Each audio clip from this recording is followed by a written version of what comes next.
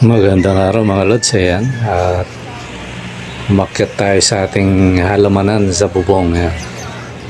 Nagpakain tayo ng damo, mga dahon-dahon sa ating mga alagang ibon mga lods. Let it, bang, bang. Magandang araw mga lods, ayan. Medyo ano yung panahon ngayon, makulimlim pa rin eh. Siguro maya-maya babagsak na naman to. Sumakit ako sa bubong mga lods. Ayan, dami ng damo. Ayan, ginapas ko para sa mga alaga natin mga lods. So sa panahon ngayon, tuwan-tuwa ay mga alaga nating ibon kasi maraming damo mga lods. Mabilis tumubo pag tag-ulan. Kasi sa hindi nakakaalam mga lods, ang halaman gustong gusto yung tubig ulan. Kasi acidic yan na basta may sikreto dyan. Yun yung malakas magpalago ng mga halaman mga lods. Kaya yan, nagpakain tayo ng mga ibon. Totalin dami niyan mga lods. Pati yung tinabas ko yung talbos ng kamote, tapos yung tawag nito lemongrass, tapos yung Chinese violet. Ayan. Kaya sobra sa kanila yan mga lods. Kaya yan. Sa ngayon, banggitin ko muna yung mga idol, yung mga sumali sa tawag nito yung sa parapol mga idol, kasi meron ako hindi na isali. Yung chinyek ko ayun, kasi nasa cellphone ko yun eh. Minsan kasi nasa labas ako mga lods. Nililista ko yun sa note ng cellphone. Ayun, nakita ko. Although nag-abiso kay lods, kay AC Marcelino. Sabi ko, lods, hindi ko nabanggit yung pangalan mong nakaraan. Sabi ko, lista ko na lang. Although nakalista naman yun. Hindi ko lang nabanggit kasi nasa cellphone pa. Sabi naman ni lods, okay lang kasi importante nasa ruleta ngayon. Yun yung importante naman dun eh. So ngayon, banggitin ko lang siguro yung mga kasali. Yan, di ko na tingnan yung mga lods, yung pangalan lang. Totally, ilan lang sila mga idol eh. Yan, si Jo Marie Cadjao, Edgar Velacruz, Pascual Galicia, Algie Ramino, Timo J. Dolin yun mga lods. Amado Catobay, AC Marcelino. Yan lang yun. Hilahin natin. 1, 2, 3, 4, 5, 6, 7. Pero kung ipe-person mo yan sa per 100 mga lods, papatak 10 person yan. Ayan, 10 person. Tsaka mo i-time string ngayon, di 30 entry pa lang mga lods. Ayan. Magkano lang halos yung entry mga lods? Halos mahigit 30 pesos lang. 33.3 lang yan mga lods. Kaya yun, yung nag-chat kanina, daw siya ni lods Amado Catobay, recommendation daw siya. Si Liberty Ibanez yata, kung hindi ako nagkakamali mga lods Ayan, shoutout sa'yo lods. Liberty Ibanez, yan. Habol ka mga lods. Habol kayo. Tapos meron pang nagsasabi na habol na kayo kasi yan. Ako mga lods, kumukuha lang ako ng patoka. Diba? Minsan, pag medyo nainip ako, binobola ko na kagad to mga lods. At tapos, paalala sa mga libre mga idol kasi may nakikita ako dito bihirang mag-comment, kaya mula sa araw na to tatatakan ko na mga lods yan, bibilangin ko na yung comment nyo. Ngayon pag mayroong hindi pala comment, babaklasin ko yun mga lods, kaya comment lang kayo kasi yun lang ang yun lang naman ang sa panalo nyo kung sino man yung palarin. Yun lang naman ang kapalit mga lods. Konting pitik lang ng keypad o mouse kung o keyboard. Di ba, kung ano mang gamit mong gadget. yun na yun, may chance ka na. Pero pag hindi kayo pala comment, mga lods, babaklas ako ngayon. Kaya mula ngayon, itong araw na to, di ba, no? Hanggang sa mabola, isusulat ko. Pwera yung ano, ha? Pwera yung mga sumali sa ano. Pwera yung sumali sa may bayad, automatic yun. Mag-comment hindi yun. Siyempre, kasali yun. Konsiderasyon na lang yun. Pero sa mga libre lang, mula sa araw na to, mga lods, bibilahin ko na yung comment. Pag merong hindi nag-comment na ano, babaklasin ko. Ngayon, swerte nung mga pala-comment, mga lods. Tapos sa mga bagong sub din, mga lods. Shoutout sa inyo, mga idol, ano. Ano yan, comment lang ang katapat niyan, mga lods. May chance kayong manalo ng kits 2 pares. Yan. Tapos hindi free ano yan, ha, hindi free deliver. Mas maganda kunin nyo rito. Pag kinuha nyo, may libre pang isa. O yan, gandang partida yan. Sa mga may bayad naman, ganun din. Yun naman, pre-deliver pag nakuha yung tamang bayad dito sa ano, yung kaukulang presyo ng kits natin. Pero pag hindi, wala nang pre ano yun. Ano pa rin siguro. Kasi hindi naman ano, hindi ko na ibobola, hindi ko makuha yung pamasahe. Free pa rin ang deliver pero wala nang baliktaya. Yan. Yan ang usapan natin, mga lods, para malinis. Tapos, makikita nyo dyan, yung sinasabi ko sa inyo na nag-aagawan sila ng pugad. Binabantayan nung ano, yung ibibigay ko sa inyo, binabantayan niya yung ano, yung nest box. Kasi naglagay ako dyan eh. Dahil di naman sila masyadong marami dyan. So ngayon meron siyang kaagaw. Yun nga yung ititira kong budget kit na ano. May kaagaw siya. Kaya yun, patintero sila. Ngayon ang ginawa ko, binuksan ko yung cage yan, para di muna sila umitlog. Antayin natin na ano to, maiparapol yung isa, yung teritoryo na niya, ayaw na niyang ano. Di siya makaitlog kasi, mga lods, ginugulo siya. Pero pag napunta sa inyo to, yan, makikita nyo, ano yan, iitlog yan, mga idol. Makikita nyo, itong video na to, ano, pinicture ko siya, mga idol. So yun, itatapik ko lang, ano lang, gaano ba kahalaga ang gulay o mga damo sa mga alaga natin, mga lods. Yan. Ano-ano ba yung mga mahalaga sa ano na dapat nating ibigay. Ito yan, mga idol, ano. Para ano kayo lang, kasi baka mamaya puro seeds lang yung binibigay nyo, delikado alaga nyo, wala siyang pansuporta sa ano, sa darating na sakit, di ba, no? Minsan ano yun kaya matibay yung ano, yung ibon. Dahil sa mga binibigay nating pagkain, mga idol, baka hindi nyo alam. Ako ganito, sa mga ano pero sa mga metero, wala namang problema to. Okay lang yan, kahit garbuhan nyo yung ibon nyo, i-vitamins nyo pa ng ano, okay yun, mas maganda yun. Pero sa mga walang budget na, kagaya ko, ito yan. Umpisaan natin sa cattle bone, yan. O sa mga pang-calcium, yan. Pag may pambili ka, o yun, bili ka ng cattle bone. Di ba, no? Lalo na kung nasa syudad ka naman. Although, medyo mataas na konti yung cattle bone.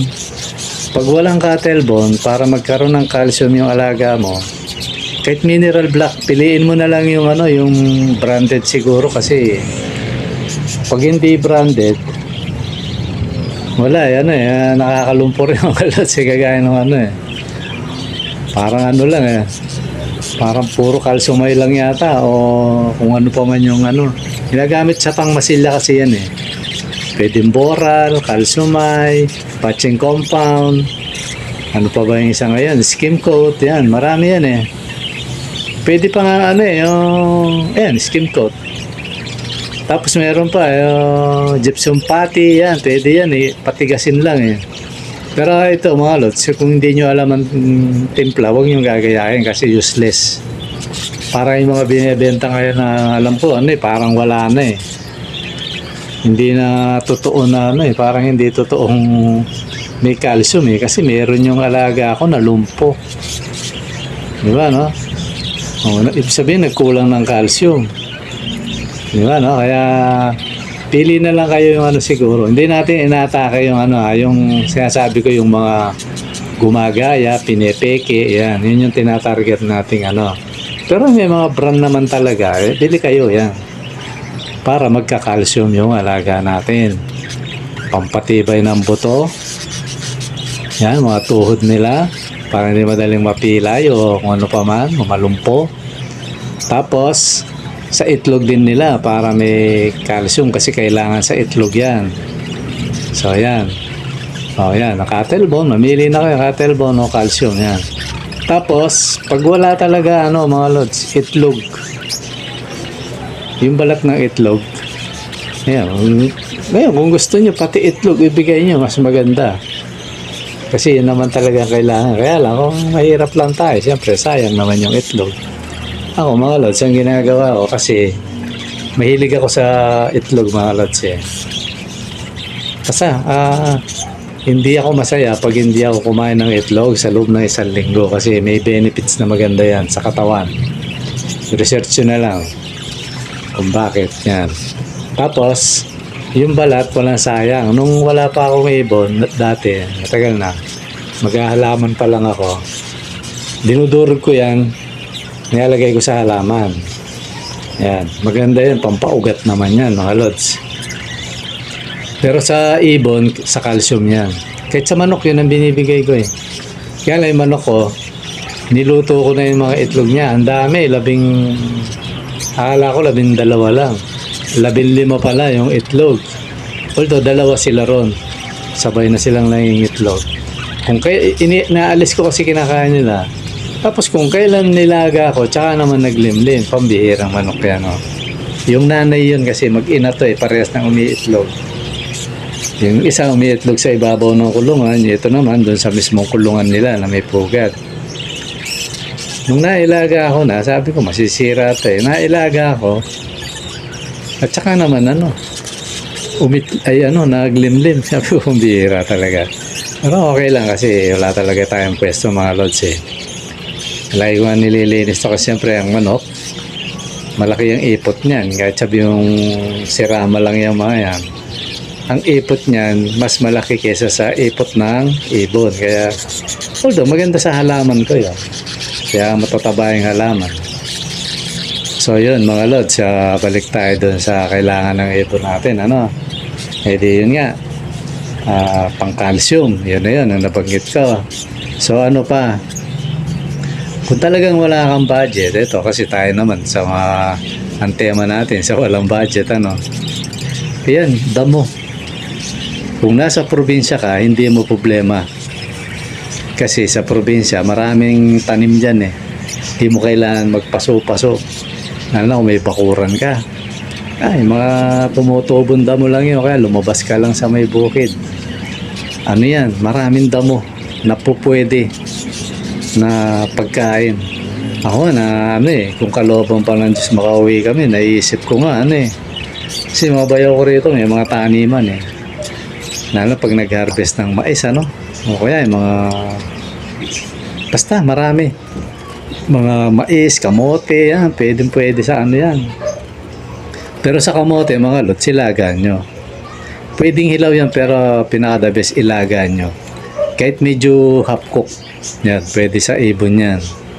Mais, yung bungal-bungal na mais, yung medyo mura pa, ay nako, bigay mo ng buo yan. Yan, pati busal yan, ubos sa ibon yan, mga lods. So ano pa yung mga pwede kung sa probinsya, yan, yung mga damo, kung sa probinsya ka, marami. Mga palay-palayan, alam nyo yung damo na palay-palayan, yan, gusto ng ibon yan, mga lods, kasi may buto yun eh. Parang may mga seeds yan. So yun, kaya kung nasa syudad ka naman, mga lods, magtanim ka. Kasi kailangan ng ibon yan. Mga damo-damo, talbos ng kamote. Kung wala ka talagang pwesto, obligado kang ibili mo yung mga yan. Kasi ako, kahit may mga tanim ako, pag nagsisigang kami, yung sinigang halimbawa, minsan ang gamit namin, kangkong, minsan, talbos ng kamote. Ayun, pwede yun.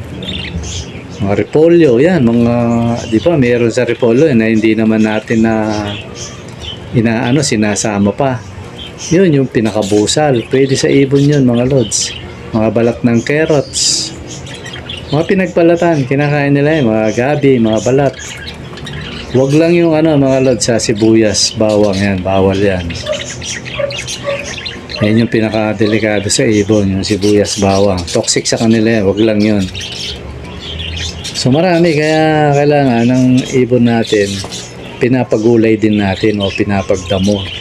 Hindi yung damong may tama, yung damong may tama sa katawan, yung pampaganda o pampalakas, yan yung ibigay natin. Kagaya ng ginagawa ko, mga lods.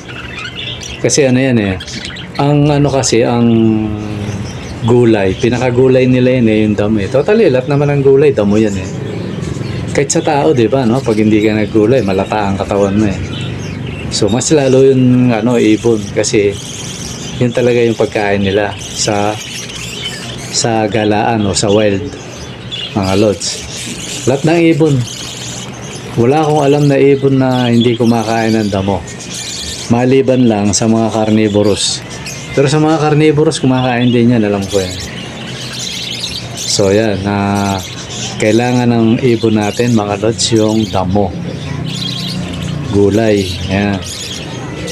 Ano-anong mga gulay, marami yan. Marami na akong tinapik dyan. Basta wag lang sibuyas at saka bawang. Halos lahat pwede na sa kanila yan. Kasi wala pa akong alam na Tapos, sa mga dahon naman, ingat kayo baka mabigyan nyo naman dahon ng avocado.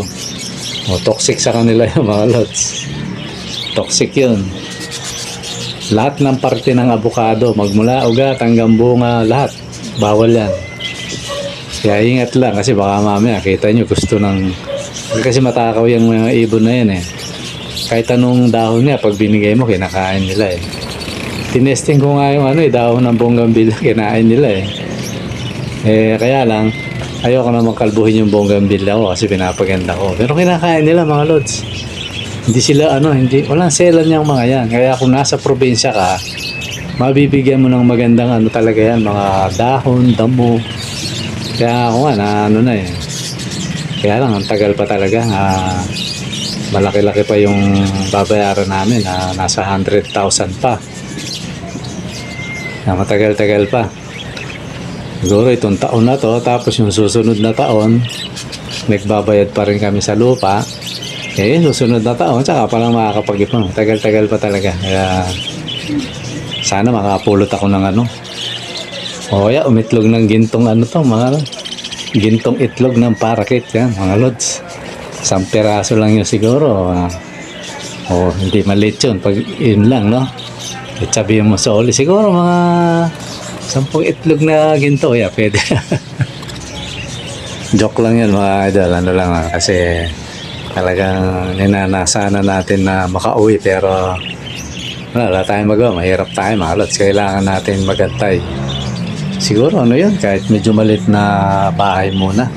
Totally, nag-usap na kami ng anak ko kahit siya rin, ayaw na rin niya rito pag umuwi siyang galing Dubai. So iwan na natin yan, baka lumungkot tayo, mga lods.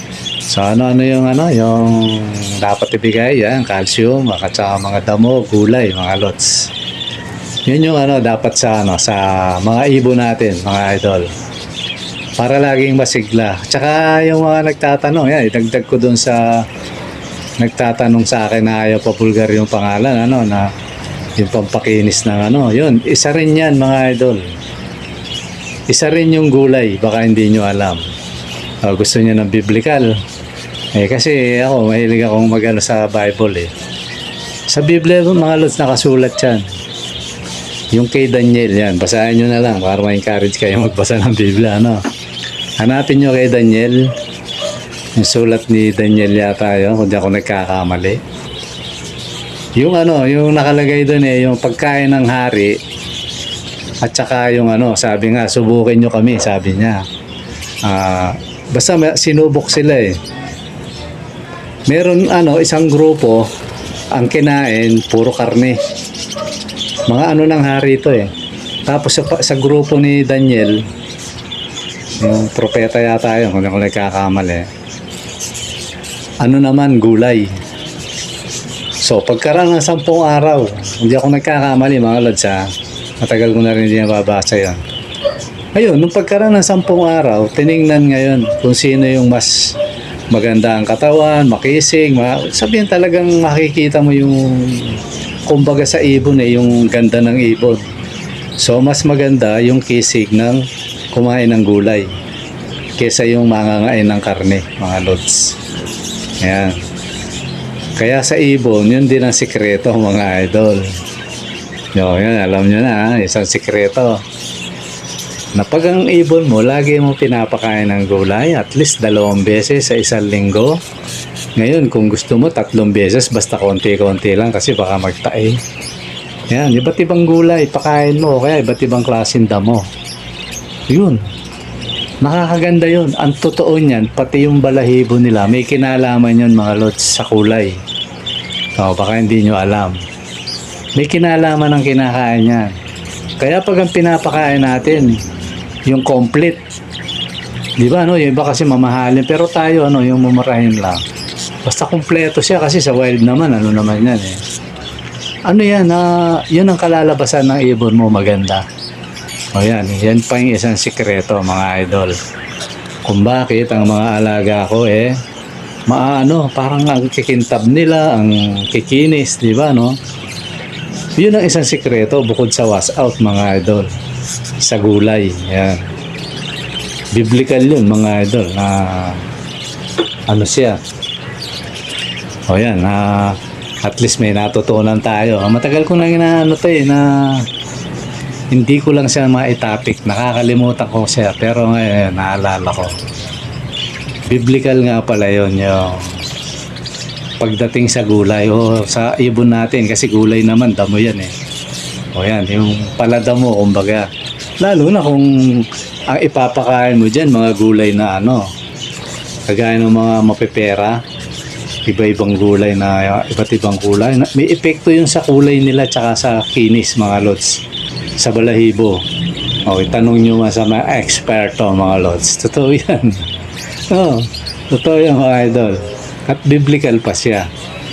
Yan mga idol at least alam nyo na. Sana matapos nyo tong video dito hanggang doon dito sa sinasabi ko para makinabang kayo sa Kaya kung tutusin kung wala kang masyadong pera, hindi naman hindi naman, kasi magaganda yung ibon niya kasi mamahalin pinapakain. Hindi. Technique lang yan mga idol, di ba? Technique lang yan. Tsaka, siyempre, higit sa lahat, kung mahilig ka talaga sa ibon, mag-alaga ng ibon, yun, talaga siyempre, alaga yan. Parang yung aso lang namin, si Oyong. Bagamat, yan, ginawa kaming katulong. Kasi ayaw namin palabasin, mga lods medyo aso na malaki na.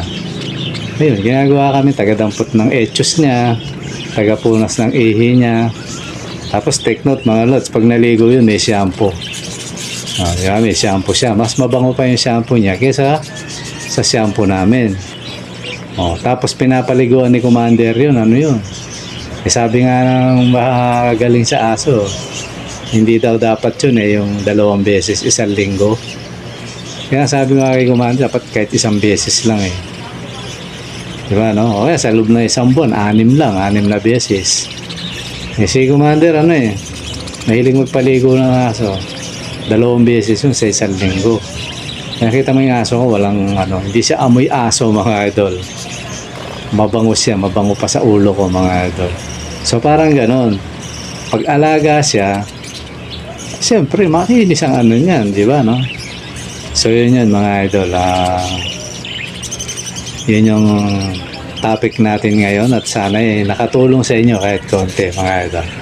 Okay mga lads, siguro hanggang dito muna at maraming salamat sa panonood. Bye bye.